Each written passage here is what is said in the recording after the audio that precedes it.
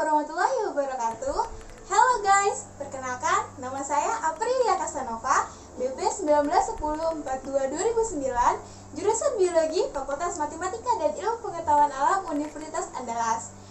Pada kali ini kita akan membahas materi fisika yang berjudul interferensi dan difraksi cahaya. Udah penasaran kan gimana materinya? Ayo ke sebelah. Cus. Oke guys, materi pertama kita adalah interferensi cahaya. Nah, siapa nih di antara kamu semua yang pernah buat gelembung dari sabun mandi? Pasti pernah kan? Ayo ngaku. Nah, kalau pernah, pasti kamu pernah kan melihat warna-warna yang di gelembung itu? Nah, atau kamu pernah nih melihat pola terang dan gelap dari cahaya saat menyinari celah sempit dengan senter? Ternyata guys, kedua peristiwa ini ada hubungannya dengan fisika loh. Apa ya hubungannya? Fenomena itu dapat terjadi karena salah satunya adanya interferensi cahaya. Wah, apa tuh interferensi cahaya? Yuk kita simak. Interferensi cahaya adalah keadaan saat dua gelombang cahaya atau lebih berpandu dan membentuk gelombang cahaya gabungan. Syarat terjadinya interferensi cahaya ini adalah gelombang-gelombang cahayanya harus koheren atau saling berhubungan, dan amplitudo, panjang gelombang, serta frekuensi yang sama, dan beda fase yang selalu tetap. Di sini kita akan membahas tentang interferensi celah ganda yang ditemukan oleh Young dan interferensi pada lapisan tipis. Yang pertama itu ada interferensi celah ganda Young. Interferensi celah ganda Young ini ditemukan oleh Thomas Young yang merupakan seorang fisikawan asal Inggris, kelahiran 13 Juni 1773. Ia banyak nih berkontribusi dalam bidang cahaya, mekanika solid, energi, dan masih banyak lagi. Young sendiri merupakan orang yang pertama kali mendemonstrasikan interferensi cahaya pada tahun 1801 yang kita kenal dengan nama interferensi celah ganda Young. Interferensi celah ganda Young ini pertama-tama cahaya melewati salah satu celah, selanjutnya cahaya melewati dua celah sempit. Saat cahaya melewati dua celah sempit, gelombang cahaya akan saling berpandu dan membentuk gelombang cahaya gabungan. Hal ini disebabkan karena gelombang-gelombangnya menempuh panjang lintasan yang berbeda. Nah, perbedaan panjang lintasan ini mengakibatkan gelombang-gelombang mengalami perbedaan fase dan menciptakan pola interferensi. Perbedaan fase ini ada yang saling menguatkan dan ada yang saling melemahkan. Yang saling menguatkan disebut interferensi konstruktif, sedangkan yang saling melemahkan disebut dengan interferensi destruktif. Oke, supaya lebih jelasnya kita lihat gambar berikut ini. Interferensi konstruktif ini terjadi dari puncak ke puncak atau dari palung ke palung, atau dalam kondisi satu fase menyebabkan amplitudo gelombangnya bertambah seperti pada gambar. Sedangkan untuk interferensi destruktif terjadi dari puncak ke palung atau dalam kondisi berlawanan fase, dan hal ini menyebabkan amplitudonya nol. Interferensi konstruktif dan destruktif ini ternyata akan menghasilkan dua pola yang berbeda loh. Apa aja itu? Yaitu ada pola terang dan ada pola gelap. Mari kita simak skema eksperimen Young yang menghasilkan pola terang dan gelap berikut. Pada pola terang ini dihasilkan karena superposisi yang konstruktif atau saling menguatkan. Sedangkan untuk pola gelap dihasilkan karena superposisi yang destruktif atau saling melemahkan. Fungsi cahaya itu juga punya rumusnya loh. Mari kita simak lagi. Pertama, kita lihat dulu gambar konstruksi geometris sebagai gambar celah ganda Young. Jadi, kalau kamu lihat pada gambar di samping ini, S1 atau sinar 1 dan S2 atau sinar 2. S1 dan S2 ini dipisahkan oleh jarak atau D untuk mencapai titik P. S2 harus menempuh lintasan yang lebih panjang loh daripada S1. Di sini terbentuk suatu sudut antara sinar ke layar. Nah, ingat, beda lintasan berpengaruh terhadap fase dan juga interferensi cahaya. Karena perbedaan fase antar gelombang akan menghasilkan kelipatan genap dan ganjil yang akan menentukan jenis interferensi itu sendiri. Jadi bisa disimpulkan rumus beda lintasannya yaitu D sin theta. Kalau hasil beda lintasan lintasannya adalah 0 atau kelipatan bulat lainnya dari panjang gelombang, berarti terjadi interferensi konstruktif, sehingga kondisi yang terjadi pada layar adalah terang. Tetapi jika hasil beda lintasannya adalah kelipatan ganjil dari setengah panjang gelombang, berarti terjadi interferensi destruktif sehingga kondisi layar akan menjadi gelap. Berikut adalah rumus interferensi konstruktif dan rumus interferensi destruktif. Rumus interferensi konstruktif itu adalah pola terang, di mana rumusnya adalah D sin theta sama dengan M dikali lambda. Atau rumusnya bisa kita jadikan menjadi dP per L sama dengan M dikali lambda. Untuk rumus interferensi destruktif, yaitu pola gelap, adalah D sin theta sama dengan M dikurang setengah dikali lambda. Atau rumusnya bisa menjadi dP per L sama dengan M dikurang setengah dikali lambda. Untuk lebih memahaminya, mari kita simak soal berikut. Seberkas cahaya melewati dua celah sempit dengan jarak 0,5 mm. Dua celah tersebut diletakkan 2 meter dari sebuah layar. Jika panjang gelombangnya adalah 650 nanometer, maka jarak dua garis terang yang berdekatan adalah berapa ya? Ini yang diketahui adalah D sama dengan 0,5 mm. Selanjutnya yang diketahui adalah L sama dengan 2 meter dan lambda sama dengan 650 nanometer. Yang ditanya adalah P-nya. Mari kita jawab. Rumus awalnya adalah dP per L sama dengan M dikali lambda, di mana P sama dengan lambda dikali L per D. P sama dengan 650 dikali 10 pangkat 9 meter dikali 2 meter dibagi 5 dikali 10 pangkat min 4 meter.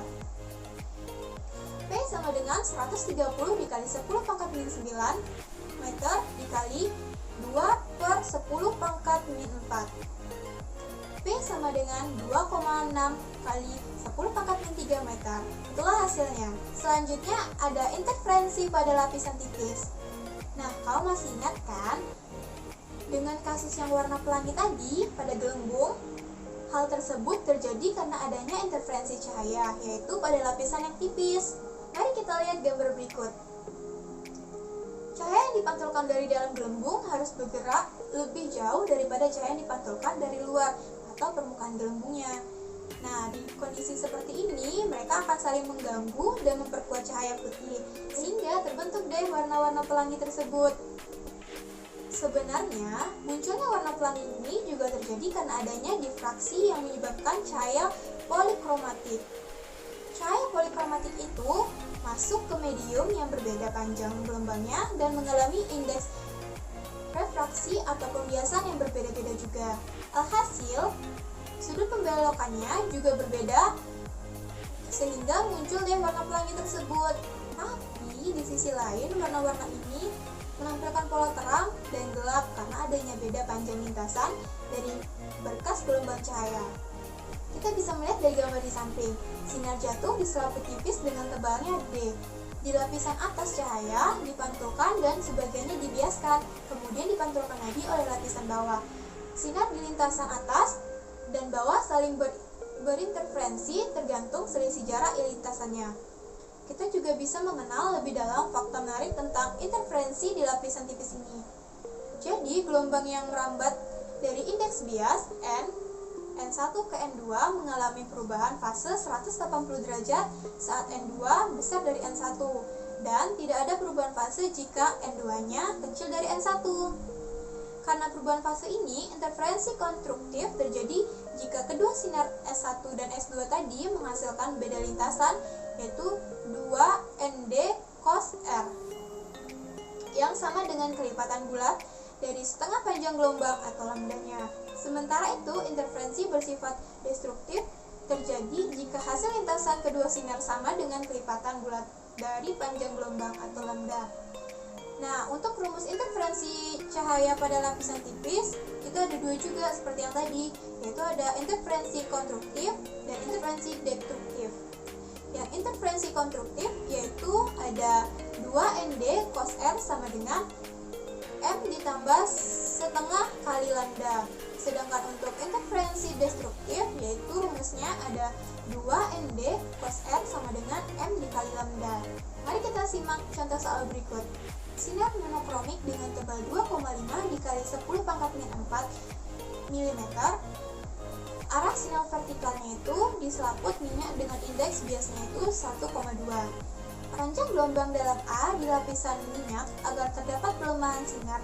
Pertama, itu berarti agar M-nya sama dengan 0 adalah, nah, yang diketahui adalah D-nya, yaitu 2,5 kali 10 pangkat min 4 mm, kita rubah menjadi meter, dimana menjadi 2,5 dikali 10 pangkat min 7. Dan yang diketahui selanjutnya yaitu adalah N sama dengan 1,2 dan R-nya sama dengan 0. Nah, yang ditanya itu adalah lambdanya.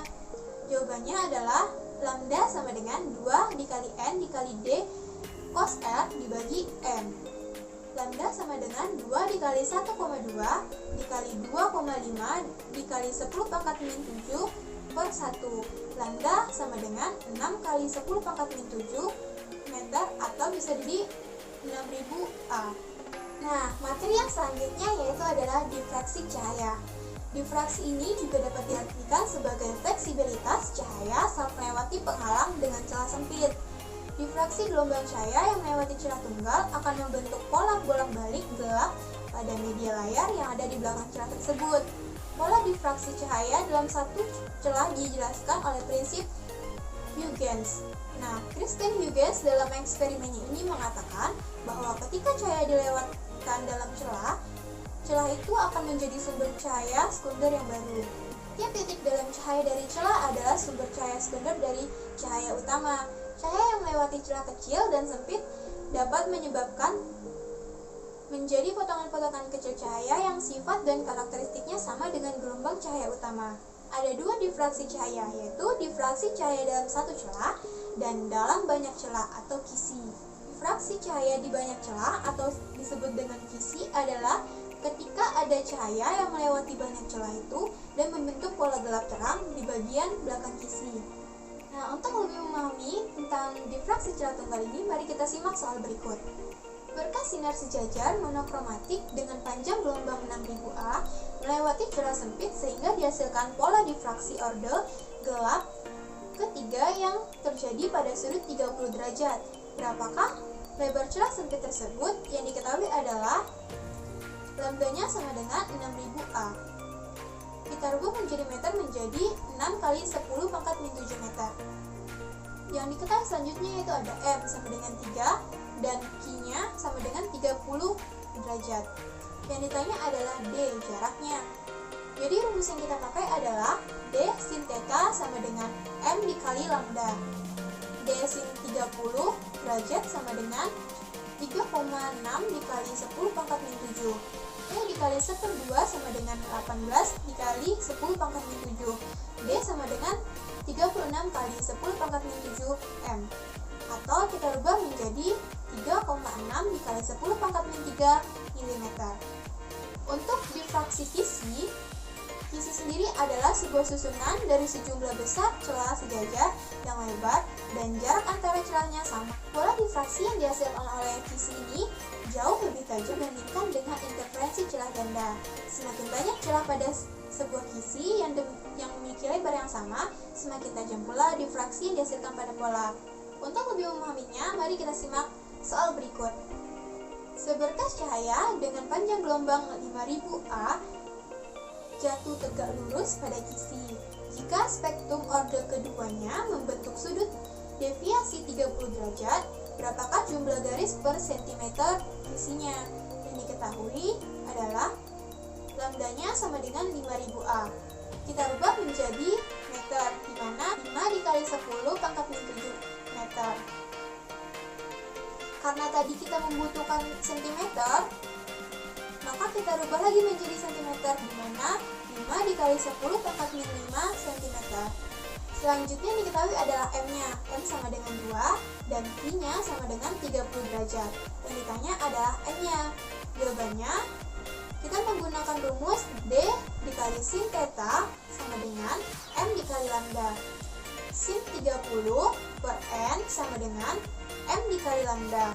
1/2 per N sama dengan 2 dikali 5 dikali 10 pangkat min 5. N sama dengan 5000 garis per sentimeternya. Demikian penjelasan materi yang dapat saya sampaikan. Apabila ada salah, mohon dimaafkan. Sampai jumpa di lain waktu. Assalamualaikum warahmatullahi wabarakatuh. See you.